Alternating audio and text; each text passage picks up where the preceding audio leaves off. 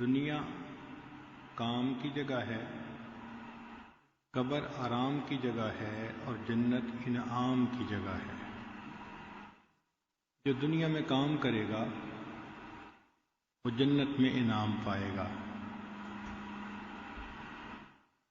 اس کی مثال یوں سمجھیے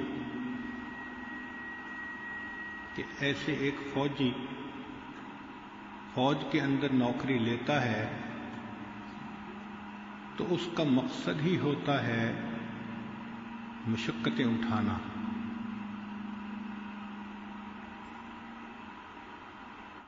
اس کو اپنے جسم کے اوپر مشقتیں اٹھانی پڑتی ہیں، محنت کرنی پڑتی ہے، ایکسرسائزز ہوتی ہیں، حتیٰ کہ اپنی جان بھی فدا کرنی ہوتی ہے۔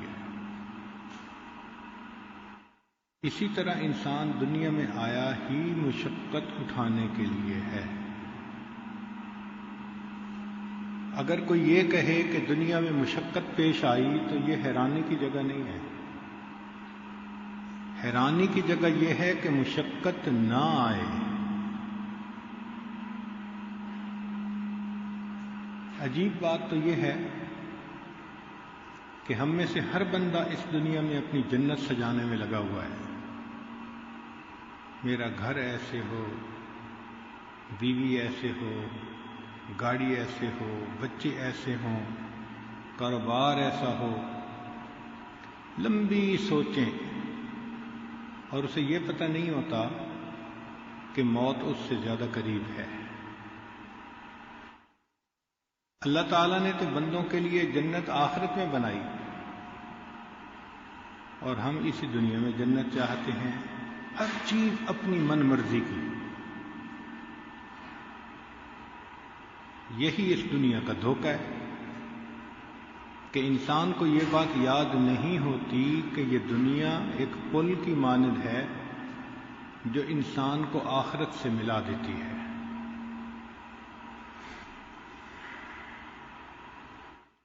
چنانچہ اس دنیا میں دو چیزیں انسان کے لیے بہت فتنہ ہیں، ایک شہوات اور دوسری شبہات۔ شہوات کی وجہ سے بھی انسان اللہ سے غافل ہو جاتا ہے اور شبہات کی وجہ سے بھی غافل ہو جاتا ہے۔ شہوات دو طرح کی ہیں، ایک کو شہوت شکم کہتے ہیں، کھانے پینے کی اشتہا۔ چنانچہ انسان حرام اور حلال کا خیال ہی نہیں رکھتا، بس اس کو مزیدار چیز کھانی ہے، اس کے اندر کنٹینٹس کیا ہیں اس کا پتہ نہیں ہوتا، وہ کس پیسے سے خریدی اس کا احساس نہیں ہوتا، اس کو اپنا پیٹ بھرنا ہے۔ اس کو شہوت شکم کہتے ہیں۔ اور جب انسان کے اندر یہ شہوت زیادہ ہو کھانے پینے کی تو اس میں شہوت فرج بھی زیادہ ہوتی ہے۔ شہوت فرج کہتے ہیں جو جنسی خواہش ہوتی ہے، اس لیے روزے رکھنے سے وہ شہوت کم ہوتی ہے اور پیٹ بھر کر کھانے سے وہ شہوت بڑھ جاتی ہے۔ حتیٰ کہ انسان بڑھاپے کی عمر کو چلا جاتا ہے، اسے آخرت یاد نہیں ہوتی، اس کا جی چاہتا ہے پھر کسی کنواری لڑکی سے میری شادی ہو جائے۔ وہ اپنی قبر کو بھول جاتا ہے، وہ اس بات کو بھول جاتا ہے کہ مجھے اللہ کے ہاں پیش ہونا ہے، اسے دنیا کی لذتیں یاد ہوتی ہیں۔ تو شہوت شکم کا انجام شہوت فرج ہوا کرتی ہے۔ اس لیے جو انسان چاہتے ہیں کہ ہماری نگاہ کنٹرول میں ہو، خیالات پاکیزہ ہوں، تو ان کو چاہیے کہ وہ کم کھائیں۔ شریعت یہ نہیں کہتی کہ انسان کھانا پینا ہی چھوڑ دے، مگر یہ ضرور کہتی ہے کہ تم کم کھاؤ حتیٰ کہ تمہارے اوپر شہوت غلبہ نہ کرے۔ اس کی ترتیب یہ ہے کہ جب انسان پیٹ بھر کر کھاتا ہے تو اس پر غفلت غالب آ جاتی ہے۔ آپ نے دیکھا ہوگا پیٹ بھر کر کھانے سے نیند آتی ہے، غفلت کی قسم ہے، اور انسان پیٹ بھر کر کھا لیتا ہے، اس کا کوئی اور کام کرنے کو دل نہیں چاہتا۔ تو پیٹ بھر کر کھانے سے غفلت زیادہ، اور غفلت زیادہ ہونے سے پھر شہوت زیادہ ہوتی ہے۔ جب انسان کے اندر شہوت زیادہ ہوگی تو گناہ بھی زیادہ ہوں گے، جب گناہ زیادہ ہوں گے تو دل کے اوپر سیاہی بھی زیادہ ہوگی، جب دل سیاہ ہو جائے گا تو دل سخت بھی ہو جائے گا، اور یہی انسان کی بدبختی کی نشانی ہوتی ہے کہ اس کا دل سخت ہو جائے۔ تو کھانے کا تعلق انسان کے دل کی سختی کے ساتھ ہے۔ اللہ رب العزت نے انسان کے لیے جو ضرورت رکھی وہ بہت تھوڑی ہے۔ علماء نے لکھا ہے کہ اگر کوئی بندہ ایک کھجور کھائے تو 3 دن تک اس کو بھوک کی وجہ سے موت نہیں آ سکتی۔ ایک کھجور کے اندر اتنی نیوٹریشن ہوتی ہے، اس لیے ہمارے بعض بزرگ چند لقمے کھاتے تھے پورے دن کے اندر اور صحت کی زندگی گزارتے تھے۔ ہم لوگ عادتاً زیادہ کھانے کے عادی بن گئے ہیں، 2 روٹی کھا لینا، 3 روٹی کھا لینا، یہ عادت ہے ہماری، جسم کی ضرورت نہیں ہے۔ اور آپ کو معلوم ہونا چاہیے کہ ہم دن میں 3 دفعہ کھاتے ہیں، جاندار ایسے بھی ہیں کہ جو روزانہ بھی نہیں کھاتے۔ چنانچہ ایک جگہ ہم گئے جہاں لوگ شیروں کو پالتے تھے، تو انہوں نے بتایا کہ ہم ہفتے میں 1 مرتبہ اس کو گوشت ڈالتے ہیں، ہر اتوار کو۔ تو ہم نے پوچھا کہ کیا آپ کو گوشت مہنگا پڑتا ہے؟ کہنے لگے نہیں نہیں، اس کے کھانے کی ترتیب ہی یہی ہے، ہفتے میں 1 دفعہ کھاتا ہے۔ تو جانور تو ہفتے میں 1 دفعہ کھائیں اور انسان ایک دن میں 3 مرتبہ کھائے، اور 3 کے علاوہ بھی چائے کے ساتھ بسکٹ ہیں جی، فلاں جگہ گئے تھے تو آئس کریم کھا لی، تو ہم تو بہت زیادہ کھانے کے عادی ہیں۔ جتنا زیادہ کھائیں گے اتنا ذہنی صلاحیت کم ہوتی جائے گی۔ چنانچہ امام شافعی رحمۃ اللہ علیہ فرماتے تھے کہ میں نے صرف امام محمد رحمۃ اللہ علیہ کو دیکھا جو موٹے بھی تھے اور عقل مند بھی تھے، ورنہ موٹے بندے کو میں نے عقل مند نہیں دیکھا۔ لگتا ہے کہ وہ چربی جیسے جسم پہ چڑھتی ہے وہ دماغ پہ بھی چربی چڑھ جاتی ہے۔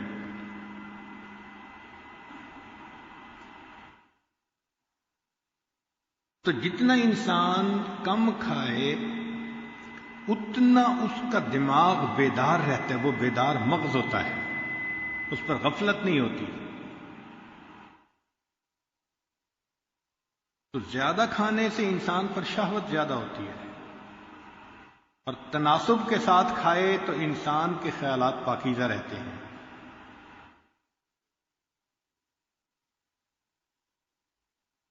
اور جب دل سخت ہو جاتا ہے تو پھر انسان کا نیکی کو جی نہیں چاہتا، نماز پڑھنے کو دل نہیں چاہتا، تلاوت کرنے کو دل نہیں چاہتا، حتیٰ کہ مسجد میں آنے کو دل نہیں چاہتا، نیک محفل میں آنے کو دل نہیں چاہتا، دل میں بغض ہو جاتا ہے ایک،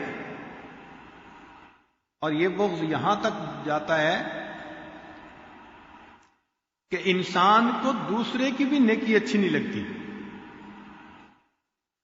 کسی نے چہرے پہ سنت سجا لی، اس کو تکلیف ہوتی ہے، کوئی نماز باقاعدگی سے پڑھتا ہے، اس کو تکلیف ہوتی ہے، کوئی مدرسے میں داخلہ لے لیتا ہے، اس کو تکلیف ہوتی ہے۔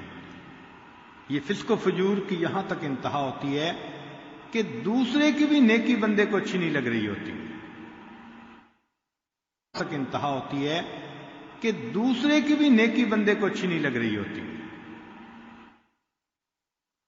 تو اگر ہم چاہتے ہیں کہ ہمارے دل میں رقت آئے، نرمی آئے، تو اس کا ایک علاج یہ ہے کہ ہم اپنے کھانے پہ دھیان دیں، ایک تو کم کھائیں اور دوسرا حلال پاکیزہ مال کھائیں۔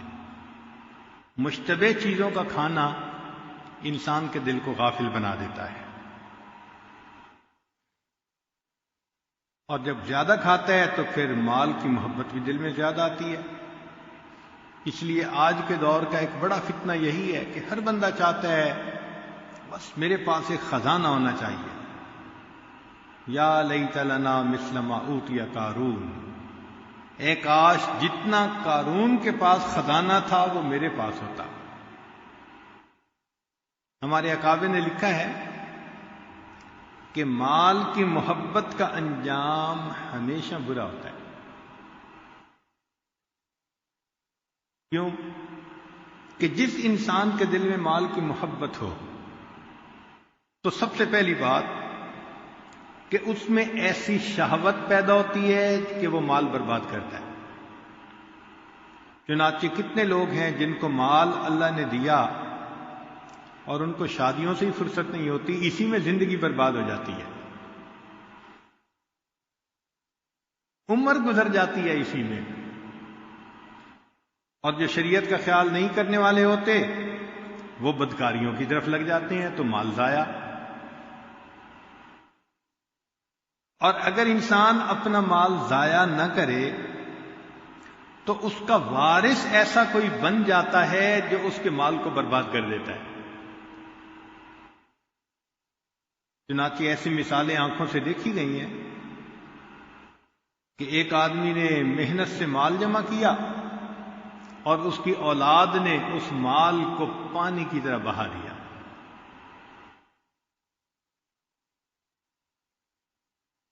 مشہور واقعہ ہے کہ ایک آدمی کی اتنی زمینیں تھیں کہ اس کی زمینوں میں ریلوے کے کئی اسٹیشن بنے ہوئے تھے اس کی اپنی زمین میں،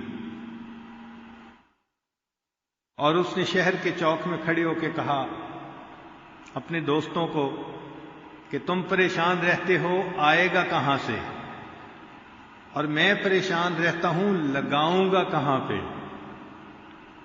اب اس کی یہ تکبر کا بول اللہ کو ناپسند آیا۔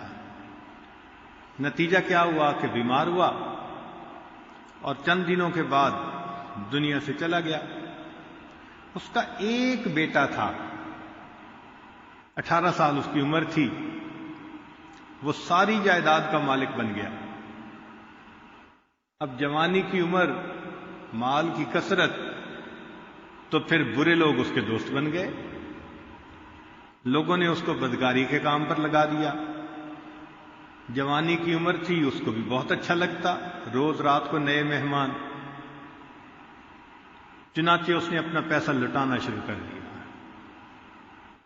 جب 2-4 سال اس نے خوب جی بھر کر اپنی جوانی کو برباد کیا تو کسی نے اس کو بیرون ملک کا راستہ دکھا دیا،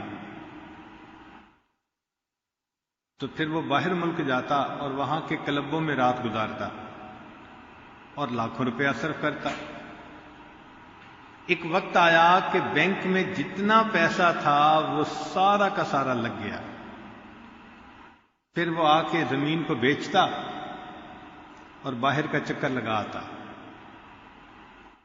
پھر زمین بیچتا، پھر چکر لگا کے آتا، حتیٰ کہ چند سال گزرے تو اس نے اپنی ساری زمینیں بیچ دی۔ ایک وہ وقت بھی آیا کہ جب جس مکان میں رہتا تھا اس نے مکان بھی بیچ لیا۔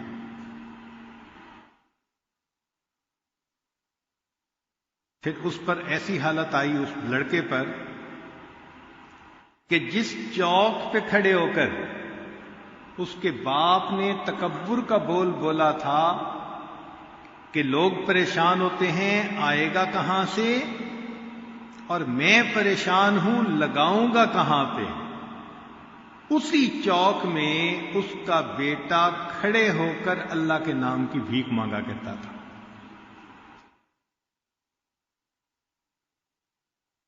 تو جو اس انسان کے دل میں مال کی محبت ہو، یا تو خود شہوتوں کے ذریعے مال برباد کر دیتا ہے، ورنہ اولاد ایسی ملتی ہے کہ وہ اس کا مال برباد کر دیتی ہے۔ تیسرا، اس کا مال اکثر اینٹ گارے میں ضائع ہو جاتا ہے، محلات بنتے ہیں، کروڑوں روپیہ اینٹ گارے میں لگ جاتا ہے، یا پھر اس پر ایسا ظالم حکمران مسلط ہوتا ہے جو اس کے مال کو چھین لیتا ہے۔ یا پھر اس طرح بیمار ہوتا ہے کہ وہ مال سے لذت نہیں حاصل کر پاتا، یا پھر اس کا مال ایسی جگہ لگتا ہے جہاں سے واپسی ممکن ہی نہیں ہوتی، کاروبار میں ڈالا ڈوب گیا پیسہ، کروڑوں پتیوں کے کروڑوں ڈوبتے ہیں۔ تو مال کی محبت کا انجام بالآخر برا ہی ہوتا ہے۔ اور یہ ذہن میں رکھیں کہ مال اکیلا نہیں آتا، جب بھی آتا ہے اپنے ساتھ وبال کو لے کے آتا ہے۔ تو ہمیں چاہیے کہ ہم اللہ تعالیٰ سے ایسا مال مانگیں جو وبال سے پاکیزہ ہو۔ کتنے لوگ ہیں مال تو ان کو مل جاتا ہے، اولاد نافرمان بن جاتی ہے، بیوی نافرمان بن جاتی ہے، گھر کے لوگوں میں سے بیماری نہیں جاتی، ایسے مال کو کیا کرنا ہے؟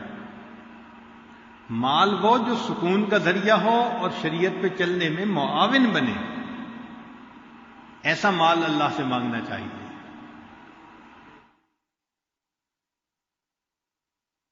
جب ذہن میں یہ ہو کہ یہ دنیا کی زندگی چند روزہ ہے،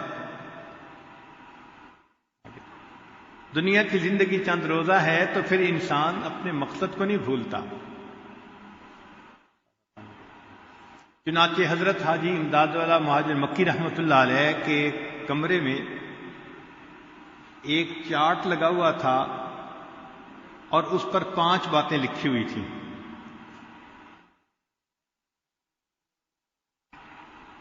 پہلی بات یہ لکھی ہوئی تھی کہ دنیا کے لیے اتنی محنت کرو جتنا تمہیں یہاں رہنا ہے۔ یہ پہلی بات لکھی ہوئی تھی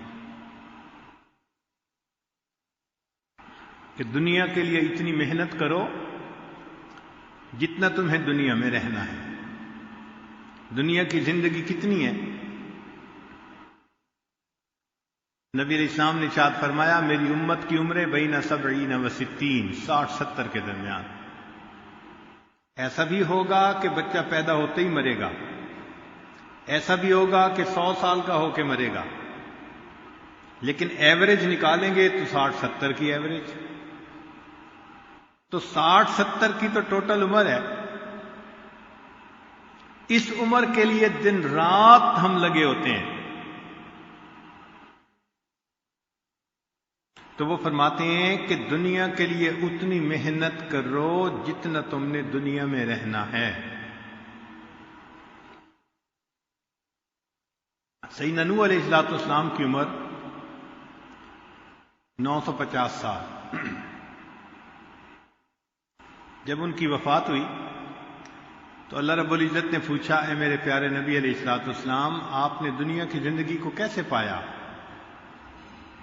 تو جواب دیا کہ اللہ یوں محسوس ہوتا تھا کہ جیسے ایک مکان کے 2 دروازے ہیں، میں ایک میں سے داخل ہوا اور دوسرے دروازے سے باہر نکل آیا۔ 950 سال کی زندگی پر یہ کومنٹس ہیں ان کے، تو 60-70 سال کی زندگی تو خواب ہی نظر آئے گی۔ اور ان میں سے بھی ہم میں سے کتنے ایسے ہیں جو آدھی سے زیادہ گزار چکے۔ اب ہم جیسے لوگ جو 50-55 سے اوپر جا چکے، وہ تو اب زندگی کے ظہر اثر کا وقت گزار رہے ہیں، اور ظہر اثر کے بعد مغرب کے ہوتے ہوئے دیر نہیں لگا کرتی۔ اس عمر میں بھی پہنچ کے انسان کی شہوتیں ختم نہ ہوں تو وہ تو پھر اپنی آخرت کو برباد ہی کر رہا ہے۔ تو فرمایا کہ دنیا میں اتنی کوشش کرو جتنا تم نے دنیا میں رہنا ہے۔ دنیا میں ہمیشہ تو کوئی نہیں رہے گا۔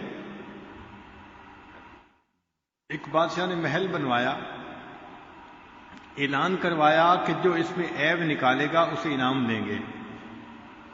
اتنا اس کو ناز تھا کہ ہم نے اتنا اچھا محل بنوایا، لوگ آتے دیکھتے کوئی عیب نظر ہی نہ آتا۔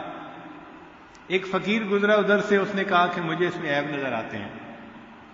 لوگ پکڑ کے بادشاہ کے پاس لے آئے۔ بادشاہ سلامت نے پوچھا تم کیا کہتے ہو؟ کہ بادشاہ سلامت اس میں 2 عیب ہیں۔ اس نے کہا کون سے؟ کہنے لگا بادشاہ سلامت، ایک عیب تو یہ کہ یہ محل ہمیشہ نہیں رہے گا، اور دوسرا عیب یہ کہ تو اس میں ہمیشہ نہیں رہے گا۔ بات تو ٹھیک ہے، کوئی ہمیشہ تو یہاں نہیں رہے گا، اس کو دنیا سے جانا ہے۔ نمرود نے اپنی جنت بنائی تو اس نے یہ دعا مانگی کہ اگر موت آئے تو ایسی نہ دن ہو نہ رات ہو، نہ میں اندر ہوں نہ میں باہر ہوں، نہ میں اوپر ہوں نہ میں نیچے ہوں۔ اس کے ذہن میں یہ تھا کہ ایسی صورت تو کبھی ممکن ہی نہیں ہو سکتی۔ اللہ نے اس کی دعا قبول کر لی، چنانچہ اس نے باغ ارم بنوایا۔ جب بن گیا تو اس نے کہا کہ میں اس کو دیکھنے کے لیے آؤں گا، تو اپنی گھوڑے پہ سوار ہوا اور باغ دیکھنے کے لیے چلا۔ اللہ کی شان کہ جب دروازے پر پہنچا تو پتہ چلا کہ دروازے کی ہائٹ کم تھی اور یہ گھوڑے پر بیٹھا ہوا تھا تو ہائٹ اونچی تھی۔ اب دو صورتیں تھیں، یا تو نیچے اتر آتا تب اندر جا سکتا تھا، تو اس نے سوچا کہ نیچے اترنے کی بجائے میں بس ایک پاؤں گھوڑے سے نیچے کر کے اور گزر جاتا ہوں۔ چنانچہ گھوڑے کے اوپر بیٹھا ہوا تھا، اس نے ایک پاؤں ہٹایا اور ذرا نیچے ہوا، یعنی کیفیت کیا بنی؟ نہ اوپر نہ نیچے، اور گھوڑے کے دو پاؤں اندر تھے اور دو باہر، نہ اندر نہ باہر، اور ادھر سورج آدھا غروب اور آدھا طلوع۔ اللہ نے اس وقت میں اس کو موت عطا فرما۔ موت سے انسان کیسے بچ سکتا ہے؟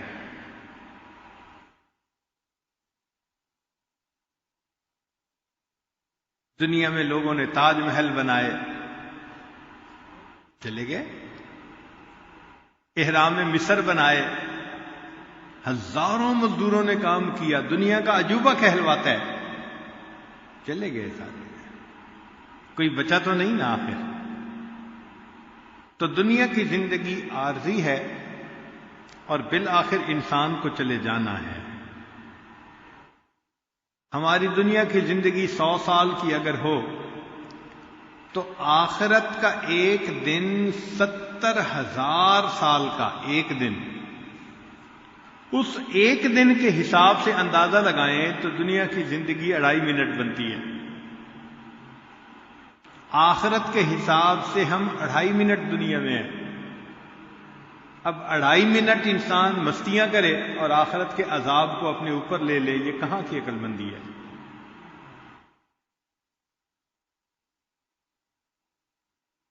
پہلے وقتوں میں عمریں زیادہ ہوتی تھیں، جیسے نوح علیہ السلام کی عمر 1000 سال کے قریب۔ تو اس زمانے میں ایک عورت نبی علیہ السلام کے پاس آئی اور کہنے لگی کہ حضرت میری اولاد زندہ نہیں رہتی، بچپن میں فوت ہو جاتی ہے، آپ دعا فرمائیں۔ بھئی کتنی عمر میں فوت ہوتی ہے؟ حضرت کوئی 200 سال کا ہو کے بچہ فوت ہو جاتا ہے، کوئی 300 سال کا ہو کے فوت ہو جاتا ہے، تو میری اولاد بچپن میں فوت ہو جاتی ہے، دعا کرو۔ تو وہ مسکرائے اور کہنے لگے اللہ کی بندی، ایک ایسا بھی وقت آئے گا کہ جب انسانوں کی عمریں ہی 100 سال سے کم ہوں گی، انسانوں کی عمریں ہی 100 سال سے کم ہوں گی۔ تو وہ حیران ہو کے پوچھنے لگی کہ اے اللہ کے نبی علیہ السلام، جن لوگوں کی عمریں 100 سال سے کم ہوں گی وہ رہنے کے لیے گھر بنائیں گے؟ جب عمر ہی 100 سال سے کم ہے تو کیا دنیا میں رہنے کے لیے گھر بنائیں گے؟ انہوں نے فرمایا ہاں گھر بنائیں گے، بیاہ شادی کریں گے۔ تو اس نے ٹھنڈی سانس لی۔ تو انہوں نے پوچھا کہ ٹھنڈی سانس کیوں لی؟ کہنے لگی میں اگر اس وقت ہوتی جب عمریں ہی 100 سال سے کم ہوتی، میں اتنا وقت تو ایک سجدے میں گزار دیتی، اتنا وقت تو میں ایک سجدے میں ہی گزار دیتی۔ اتنی تھوڑی تو زندگی ہے، اور ہماری آنکھوں کے سامنے جنازے اٹھتے ہیں، گھر سے جنازے اٹھتے ہیں، ہمسائے سے اٹھتے ہیں، محلے سے اٹھتے ہیں، پھر ہم اپنی موت کو بھول جاتے ہیں۔ تو فرمایا کہ دنیا کے لیے اتنی محنت کرو جتنا تمہیں دنیا میں رہنا ہے، اور دوسری بات فرمائی کہ آخرت کے لیے اتنی محنت کرو جتنا تمہیں وہاں رہنا ہے۔ تو آخرت میں انسان کتنا رہے گا؟ ہمیشہ ہمیشہ ہمیشہ ہمیشہ۔ امام غزالی رحمۃ اللہ علیہ نے ایک اچھے انداز سے مثال سے بات سمجھائی ہے۔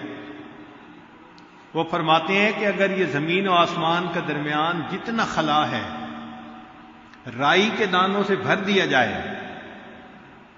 اور ایک پرندہ 1000 سال کے بعد آئے اور ایک دانہ اٹھائے، پھر 1000 سال کے بعد دوسرا دانہ اٹھائے، پھر 1000 سال کے بعد تیسرا دانہ اٹھائے، ایک وقت آئے گا زمین اور آسمان کے درمیان جتنے دانے ہیں یہ ختم ہو جائیں گے، آخرت کی زندگی کبھی ختم نہیں ہوگی۔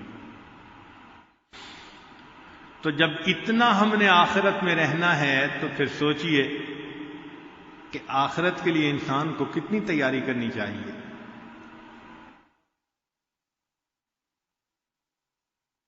اس لیے نبی اسلام نے فرمایا اہل جنت کو کسی بات پہ حسرت نہیں ہوگی سوائے ان لمحات کے جو دنیا میں انہوں نے غفلت کے اندر گزارے ہوں گے۔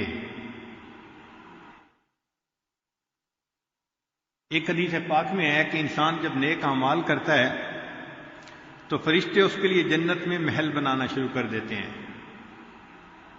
پھر کام روک دیتے ہیں۔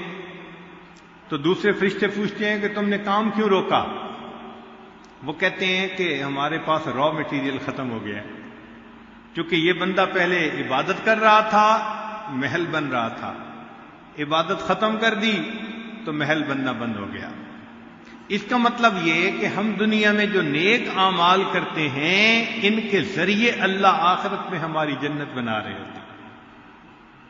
تو انسان کو چاہیے کہ خوب نیکی کرے، بھاگ بھاگ کے نیکی کرے، نیکی کر کر کے تھکے اور تھک تھک کے پھر نیکی کرے، تاکہ اللہ اس کے لیے آخرت کو اچھا بنا دے۔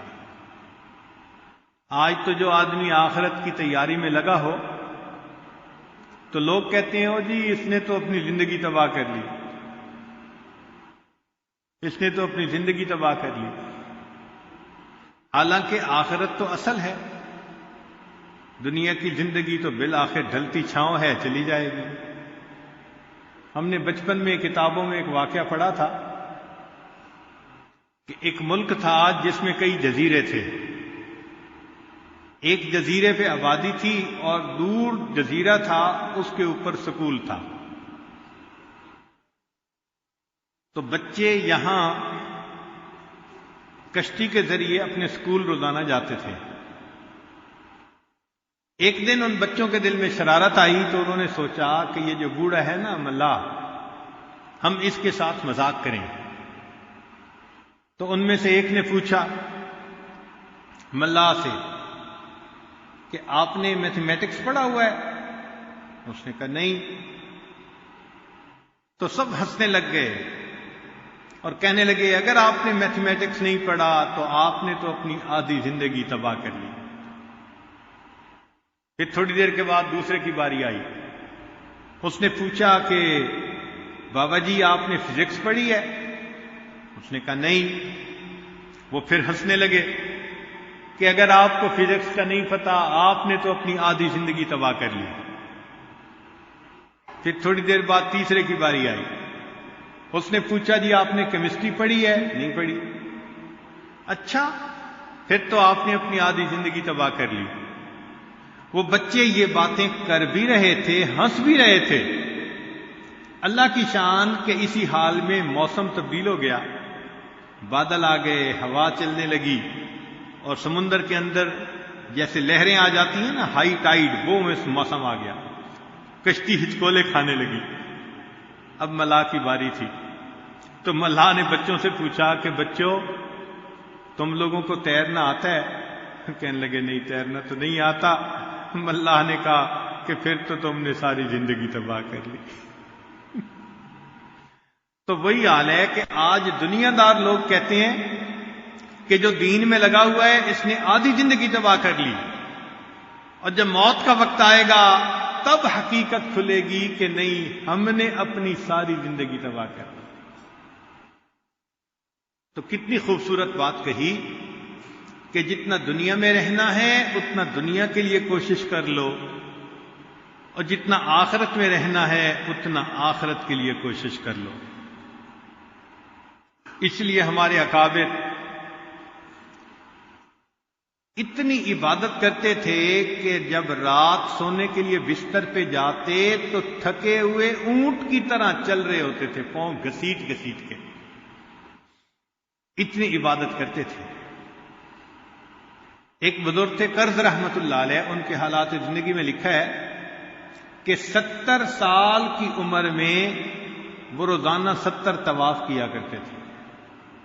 70 طواف کا مطلب ایک طواف کے 7 چکر، تو 490 چکر، تقریباً 12-13 کلومیٹر کا سفر بنتا ہے، اور ہر طواف کی 2 رکعت نفل، تو 70 ضرب 2 140 رکعت نفل۔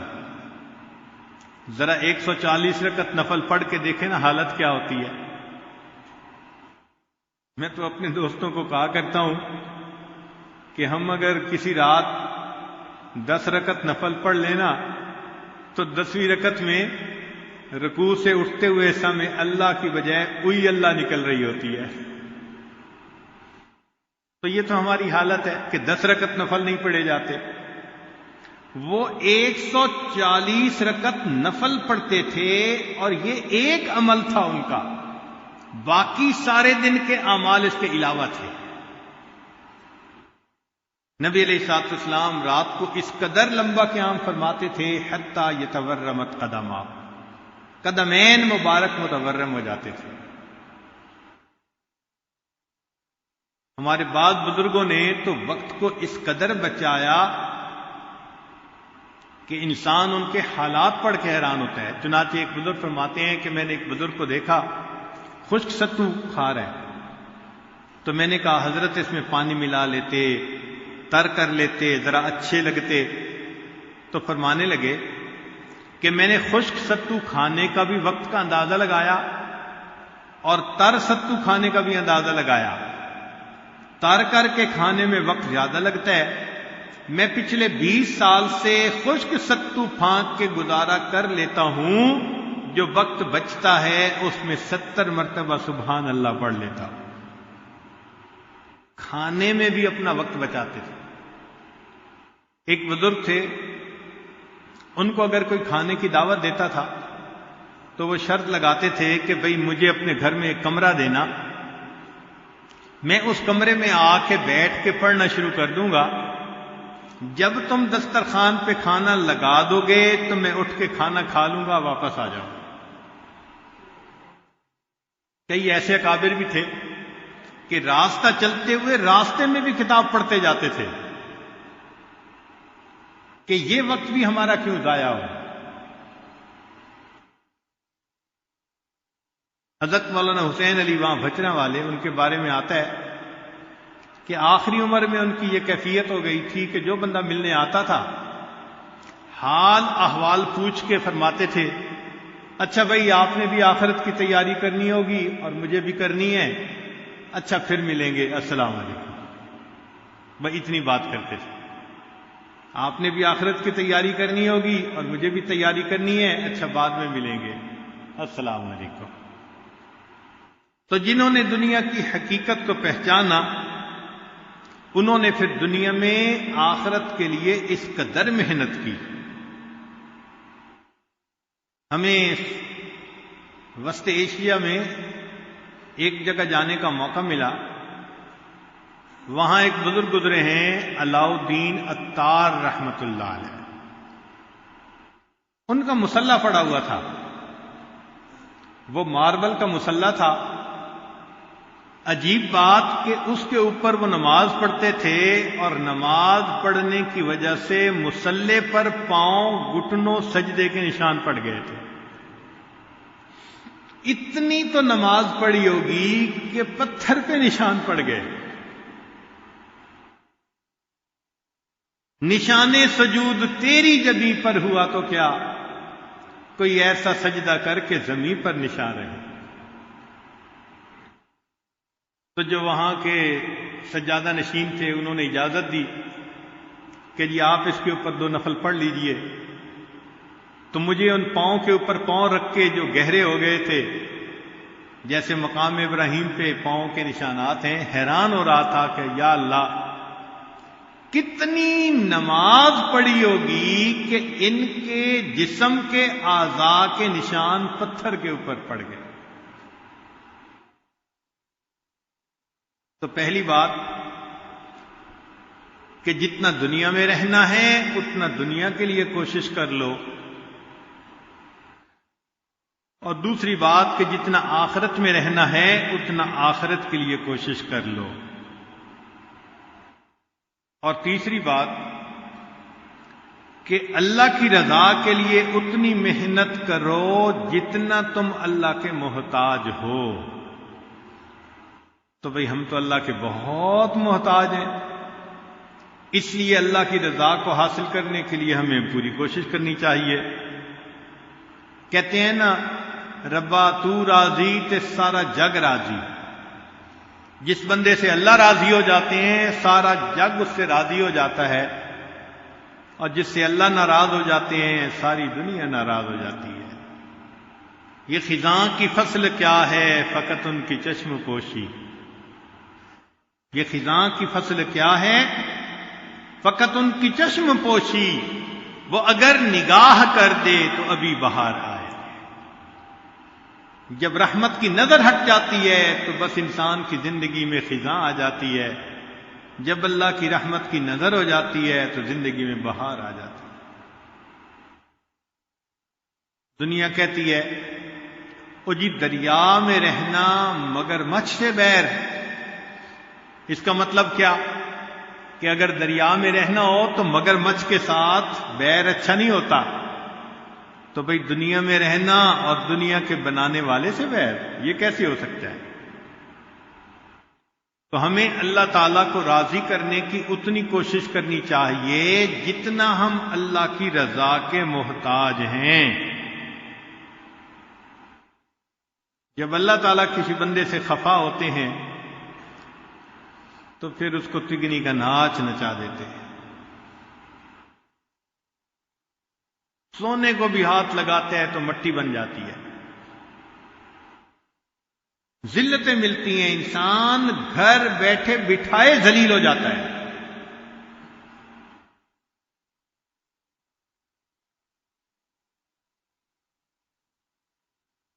ایک دفعہ بنی اسرائیل نے موسیٰ علیہ السلام سے سوال پوچھا، حضرت ہمیں کیسے پتہ چلے کہ اللہ تعالیٰ ہم سے راضی ہیں؟ تو حضرت موسیٰ علیہ السلام کو طور پر گئے اور انہوں نے اللہ تعالیٰ سے سوال پوچھا، اللہ میری قوم پوچھ رہی ہے کہ کیسے پتہ چلے کہ آپ ہم سے راضی ہیں؟ تو رب کریم نے جواب میں فرمایا کہ اے میرے پیارے موسیٰ علیہ السلام، یہ کام تو آسان ہے، ان لوگوں سے کہہ دیجئے کہ یہ اپنے دل میں جھانک کر دیکھیں، اگر یہ اپنے دل میں مجھ سے راضی ہیں میں پروردگار ان سے راضی ہوں، اور اگر اپنے دل میں یہ مجھ سے خفا ہے میں ان سے خفا ہوں۔ چنانچہ آج کتنے لوگ ہیں جو اپنے حالات میں اللہ سے راضی ہوتے ہیں، شکوے، یہ نہ ملا، یہ نہ دیا، ایسا نہ ہوا، ایسا نہ ہوا۔ اگر ہمارے دل میں شکوے ہیں تو اس کا مطلب اللہ کے ہاں بھی ہمارا وہ مقام نہیں ہو سکتا۔ چوتھی بات، صرف اسی سے مانگو جو کسی کا محتاج نہیں۔ تو بھئی اللہ تعالیٰ ہی کی ذات ہے جو کسی کی محتاج نہیں، باقی مخلوق تو سب محتاج ہے، جس سے بھی مانگیں گے وہی محتاج ہوگا۔ تو محتاج سے کیا مانگنا؟ کہتے ہیں کہ ایک آدمی تھا تو وہ گیا بادشاہ کے دروازے پر، تو کسی نے کہا بھئی ذرا صبر کرو کہ بادشاہ سلامت نماز پڑھ رہے ہیں۔ وہ رک گیا تھوڑی دیر بعد پوچھا بھئی اب فارغ ہوئے؟ کہنے لگا نہیں ابھی وہ دعا مانگ رہے ہیں۔ تو اس نے دل میں سوچا کہ جب خود بادشاہ ہی اللہ سے مانگ رہا ہے تو میں اس بادشاہ پہ دروازے کے مانگنے کے لیے کیوں آیا؟ مجھے بھی چاہیے میں بھی اللہ سے مانگوں۔ تو فرمایا کہ صرف اسی سے مانگو جو کسی کا محتاج نہیں۔ اکثر دیکھا ہے کہ جو لوگ مخلوق سے امیدیں لگاتے ہیں ان کی امیدیں ٹوٹ جاتی ہیں۔ برا وقت آنے پہ کوئی ساتھ نہیں دیتا الا ماشاء اللہ۔ جب وقت بدلتا ہے نا لوگوں کی نگاہیں بھی بدل جاتی ہیں۔ اس لیے خوشیاں آتی ہیں تو تقسیم کرنے والے کئی ہوتے ہیں، جب غم آتا ہے تو جھیلنے کے لیے انسان اکیلا ہوتا ہے۔ تو فرمایا کہ صرف اسی سے مانگو جو کسی کا محتاج نہیں۔ اور آخری بات فرمایا کہ گناہ اتنا کرو جتنا عذاب سہنے کی طاقت ہے۔ بھئی ہم میں تو عذاب سہنے کی طاقت بالکل ہی نہیں ہے، ہم سے تو دھوپ کی گرمی برداشت نہیں ہوتی، بھلا جہنم کی گرمی کہاں برداشت ہوتی۔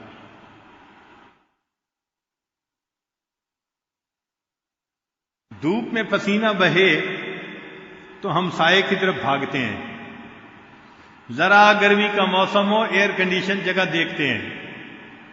جو اتنے نازک ہوں تو بھلا جہنم کی گرمی کون برداشت کر سکے گا؟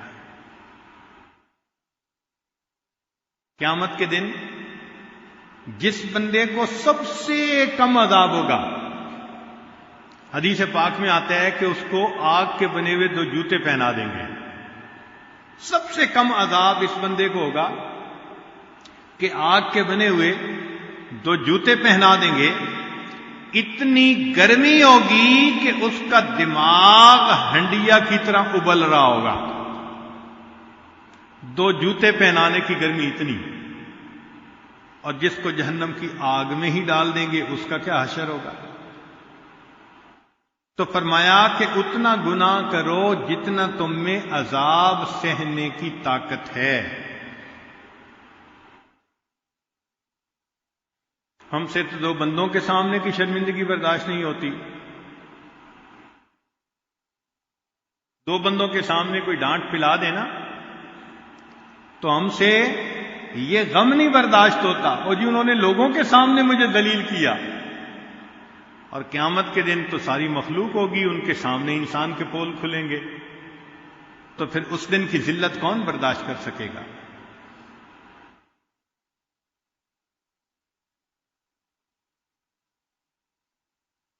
اور یہ بھی ذہن میں رکھیں کہ جو انسان دنیا میں نافرمانی کرتا ہے آخرت میں تو عذاب ہوگا، دنیا میں نقد بھی سزا ملتی ہے۔ اور نقد سزا یہ ہے کہ اللہ تعالیٰ انسان کے دل کو بے سکون کر دیتے ہیں۔ جو بندہ گناہوں بھری زندگی گزارتا ہے اس کا دل بے سکون۔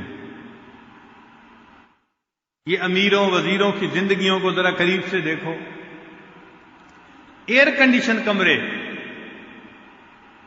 لحاف لے کے لیٹے ہوتے ہیں، نیند نہیں آتی تو پھر نیند کی گولیاں کھانی پڑتی ہیں۔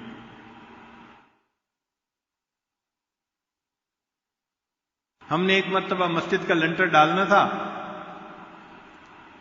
تو گرمی کا موسم تھا، تو ظہر کے وقت ہم نے چھٹی کی 1 گھنٹہ کے لیے کہ سب لوگ کھانا کھا لیں، کچھ آرام کر لیں، نماز پڑھ لیں، دوبارہ کام شروع کریں گے۔ تو جب ہم اوپر سے ذرا نیچے اترے تو ہم نے دیکھا کہ کنکریٹ کا ڈھیر ہے اور ایک مزدور کنکریٹ کے ڈھیر کے اوپر وہی گرمی میں لیٹا ہوا سویا ہوا تھا۔ گرم کنکریٹ، جولائی کا مہینہ، اتنا پسینہ، کنکریٹ کے اوپر سویا ہوا ہے۔ سبحان اللہ، ہم اسے دیکھ کے حیران ہوئے، کتنی تسکین ہے وابستہ تیرے نام کے ساتھ، نیند کانٹوں پہ بھی آ جاتی ہے آرام کے ساتھ۔ تو ایسے بھی لوگ ہیں کہ گرمی کے موسم میں کنکریٹ پہ سوئے ہوئے ہیں، اور ایسے بھی ہیں کہ ایئر کنڈیشن کمروں میں لحافوں میں نیند نہیں آتی۔ اس کی وجہ کیا کہ ان کے دل بے سکون ہوتے ہیں، دلوں سے سکون نکال لیا جاتا ہے اور ایک خوف دل میں ڈال دیا جاتا ہے۔ چنانچہ ایک مرتبہ ایک صاحب نے فون کیا، بڑے انڈسٹریلسٹ تھے، تو رات کے 3 بجے ان کا فون آیا۔ میں نے کہا جی خیریت ہے، آپ نے اس وقت فون کر دیا؟ کہنے لگے کہ اتنا مال پیسہ ہے کہ اگر میں حساب لگانے کا ارادہ کروں تو میرے اکاؤنٹس برانچ والوں کو 1 مہینہ چاہیے،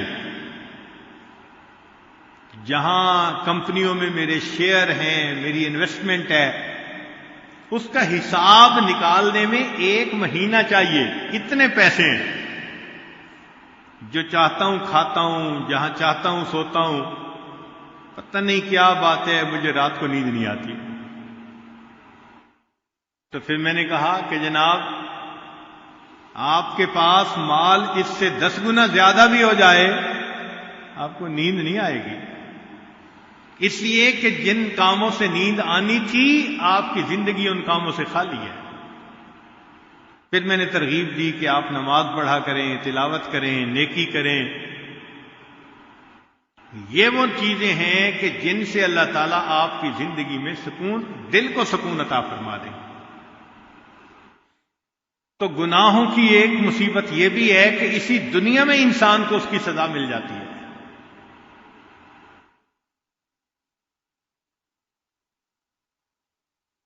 ایک فرسٹ کلاس گزٹڈ آفیسر کا واقعہ ذرا سنا دو بات مکمل کرنے سے پہلے۔ ایک صاحب تھے، گریڈ 21-22 کے وہ آفیسر تھے، کروڑوں پتی، رشوت کا مال خوب جمع کیا تھا۔ اللہ کی شان کہ اس نے ایک جگہ پر کوٹھی بنائی اور کوٹھی مسجد کے بالکل قریب تھی۔ جب وہ وہاں شفٹ ہوئے تو رات کو سوئے ہوئے تھے کہ فجر کی اذان دی مؤذن نے،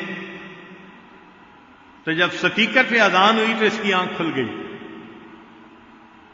تو یہ بڑا غصے ہوا کہ مولوی صاحب نے میری نیند خراب کر دی۔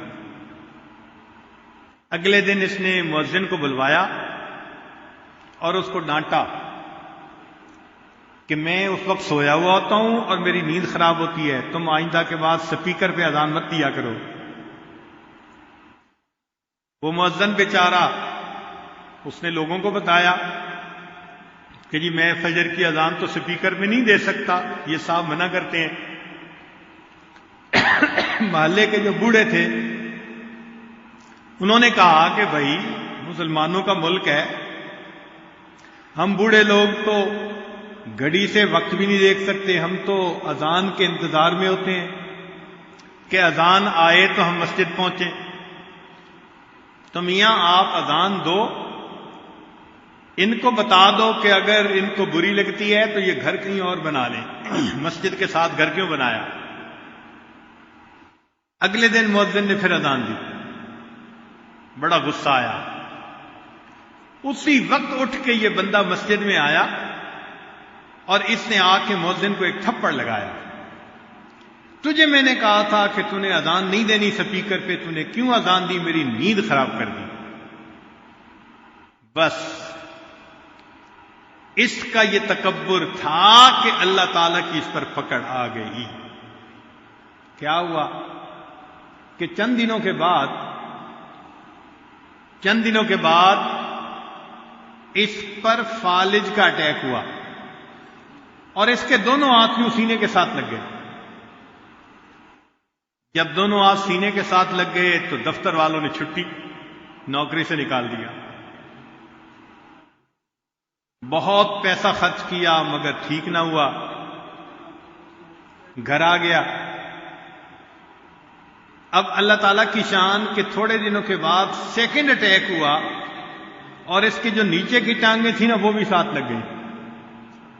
دونوں ہاتھ دونوں ٹانگوں پہ پھالے، یہ گوشت کا لوتھڑا، زندہ لاش۔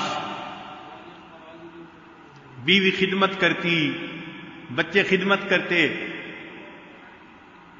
مگر اس کا مزاج تو شاہانہ تھا نا، افسرانہ مزاج تھا۔ ذرا ذرا سی بات پہ دوسرے کو گالیاں نکالنا، ڈانٹنا، یہ روز کا معمول تھا۔ گھر میں بھی یہی سلسلہ کہ بیوی سے ذرا کسی چیز کے لانے میں دیر ہوئی تو گالیاں نکالنی شروع کر دی۔ اب بیوی بھی پریشان، بچے بھی پریشان۔ اس نے ایک دن کہا بھی صحیح کہ دیکھیں ہم 24 گھنٹے آپ کی خدمت میں لگے رہتے ہیں اور آپ پھر مجھے بچوں کے سامنے گالیاں نکالتے ہیں، ذلیل کرتے ہیں، تو آپ ایسا نہ کیا کریں۔ اس نے اور گالیاں نکالی۔ جب گالیاں نکالی تو بیوی کو غصہ آیا، اس نے بچوں کو لیا اور لے کے وہ میکے چلی گئی۔ اکیلا پڑا ہوا ہے۔ اب اس نے اپنے بھائی کو پیغام بھیجا کہ بھائی بیوی مجھے چھوڑ کے چلی گئی ہے، آپ آئیں اور مجھے اپنے گھر لے جائیں، تو آپ بھائی ہیں میری خدمت کریں۔ بھائی آیا اور ان کو گھر لے گیا۔ اب وہاں بھابھی اور بچوں نے اس کو خدمت شروع کر دی، مگر اس کا ان کے ساتھ بھی وہی رویہ، ذرا ذرا سی بات پہ ڈانٹ ڈپٹ، غصہ۔ تو ایک دن بھائی نے سمجھایا کہ بھائی میرے بیوی بچے تیرا اتنا خیال کر رہے ہیں اور اتنی خدمت کر رہے ہیں، تو ان کے ساتھ بجائے اس کے کہ محبت کا سلوک کرے، الٹا ان کو تو ڈانٹ ڈپٹ کرتا ہے۔ اس نے بھائی کو بھی ڈانٹنا شروع کر دیا، تو زن مرید بن گیا اور یہ ہو گیا اور وہ ہو گیا۔ جب اس نے بھائی کو ڈانٹا تو اس کے بچوں کو غصہ آیا کہ ہمارے والد صاحب اس کا اتنا خیال کر رہے ہیں اور یہ ہمارے والد صاحب کو ہمارے سامنے گالیاں نکالتا ہے۔ انہوں نے چارپائی اٹھائی اور اس بندے کو اٹھا کے دروازے کے باہر سڑک کے کنارے ڈال دیا۔ پوری رات پڑا رہا، کوئی اپنا نہیں، نہ گھر ہے نہ در ہے نہ کوئی اپنا ہے، بھوک سخت لگی ہوئی تھی۔ جب صبح ہوئی تو گرمی کا موسم تھا، زمین بھی تپنے لگی اور پسینہ بھی آنے لگا، تو بھوک بھی تھی۔ تو اس نے جو قریب آ جا رہے تھے نا لوگ، ان سے اللہ کے نام پہ بھیک مانگنی شروع کر دی کہ اللہ کے لیے مجھے کوئی کھانا دے دے، میں بہت بھوکا ہوں، میں کچھ نہیں کھایا۔ ایک نوجوان آیا اور اس نے آ کے کچھ 10 روپے دینے۔ اس نے کہا میں پیسے کو کیا کروں گا، آپ کھانا لائیں اور مجھے کھلائیں۔ اس نے کہا بھائی میں نے تو کالج پہنچنا ہے وقت پہ، تو میرے پاس ٹائم نہیں ہے، میں جا رہا ہوں۔ ایک اور آدمی آیا، اس نے اس کو پیسے دینے لگے۔ اس نے کہا بھائی مجھے تو روٹی چاہیے۔ وہ گیا اور قریب ہوٹل سے روٹی لے کے آیا اور اس کو کہا کہ بھائی روٹی لے لو۔ یہ کہنے لگا بھائی مجھے کھلاؤ۔ اس نے کہا بھائی میرے پاس فرصت نہیں، میں نے تو دفتر پہنچنا ہے، یہ روٹی پڑی ہے۔ اس نے کہا اچھا نیچے نہ رکھو، مجھے پکڑا دو۔ اب پکڑے کیسے؟ ہاتھ بھی سینے پہ لگے ہوئے تھے اور پاؤں بھی یوں سینے کے قریب آ گئے تھے، تو پاؤں کے انگوٹھے اور انگلی کے درمیان اس نے روٹی پکڑی اور کتے کی طرح اس روٹی کو توڑ توڑ کے منہ سے کھانے لگا۔ جس کو مال کا اتنا نشہ تھا کہ اذان کے آنے سے اس کی نیند کھل جاتی تھی، اور وہ کہتا تھا کہ تم نے کیوں اذان دی سپیکر پر، آج اس کی یہ حالت ہے کہ اللہ کے نام پہ وہ بھیک مانگ کے کھا رہا ہے اور کتے کی طرح پاؤں میں روٹی کو پکڑ کے منہ سے نوچ نوچ کے کھایا جا رہا ہے۔ اللہ اکبر کبیرہ۔ تو انسان دنیا میں تکبر کرتا ہے مگر اس کی سزا پھر دنیا میں مل کے رہتی ہے۔ اس لیے فرمایا کہ گناہ اتنا کرو جتنا تم میں عذاب سہنے کی طاقت ہے۔ حضرت مفتی محمد شفیع رحمۃ اللہ علیہ فرمایا کرتے تھے کہ تم جتنا چاہو گناہ کرو، اگر اللہ تعالی نے تمہاری اسی زندگی کو جہنم کا نمونہ نہ بنا دیا تو میرا نام بدل دیتا. اور واقعی ایسا ہوتا ہے کہ جو انسان گناہوں میں لگتا ہے اسی دنیا میں اور پھر کہتا ہے جی اس جینے سے تو مر جانا اچھا تھا. پریشان ہے تو کہہ رہا ہے نا کہ جینے سے مر جانا اچھا تھا، تو بہتر ہے انسان گناہ ہی نہ کرے. تو یہ 5 باتیں تھیں جو حضرت حاجی امداد اللہ مہاجر مکی رحمت اللہ علیہ کے کمرے میں انہوں نے لکھ کر لگائی ہوئی تھیں. پہلی بات، دنیا کے لیے اتنی محنت کرو جتنا تمہیں دنیا میں رہنا ہے. دوسری بات، آخرت کے لیے اتنی محنت کرو جتنا آخرت میں رہنا ہے. اور تیسرا، اللہ کی رضا کے لیے اتنی محنت کرو جتنا تم اس کے محتاج ہو. اور چوتھی بات، صرف اسی سے مانگو جو کسی کا محتاج نہیں. اور 5ویں بات کہ گناہ اتنا کرو جتنا تم میں عذاب سہنے کی طاقت ہے. اور ہم میں تو بالکل ہی طاقت نہیں عذاب سہنے کی. لہذا آج کی اس مجلس میں ہم اللہ رب العزت کے حضور یہ فریاد کرتے ہیں کہ اے کریم آقا، ہم پر رحمت کی نظر فرما دیجئے، ہمیں گناہوں کی ذلت سے بچا دیجئے. ہم تو دنیا میں 2 بندوں کے سامنے کی ذلت برداشت نہیں کر سکتے، کل قیامت کے دن ساری مخلوق کے سامنے کی ذلت کیسے برداشت کریں گے؟ اسی لیے تو علامہ اقبال نے ایک شعر کہا تھا، تو غنی از ہر 2 عالم من فقیر. اللہ تو 2 عالم سے غنی ہے، میں فقیر ہوں. روز محشر عذرہائے من پذیر. اللہ قیامت کے دن میرے عذروں کو قبول کر لیجئے گا. گر تمی بینی حسابم ناگزیر. اور اگر آپ یہ فیصلہ کر لیں کہ میرا حساب لازمن لینا ہے تو اے اللہ از نگاہ مصطفیٰ پنہا بگیر. اللہ مصطفیٰ کریم کی نظروں سے اوجھل میرا حساب لے لینا. میرے پلندے ان کے سامنے کھلیں گے، کتنی شرمندگی ہوگی. تو آج وقت ہے ہم اپنے گناہوں سے سچی توبہ کر کے اپنے اللہ سے اپنے گناہوں کو بخشوا لیں. پروردگار عالم دنیا اور آخرت میں ہمیں اپنی حفاظت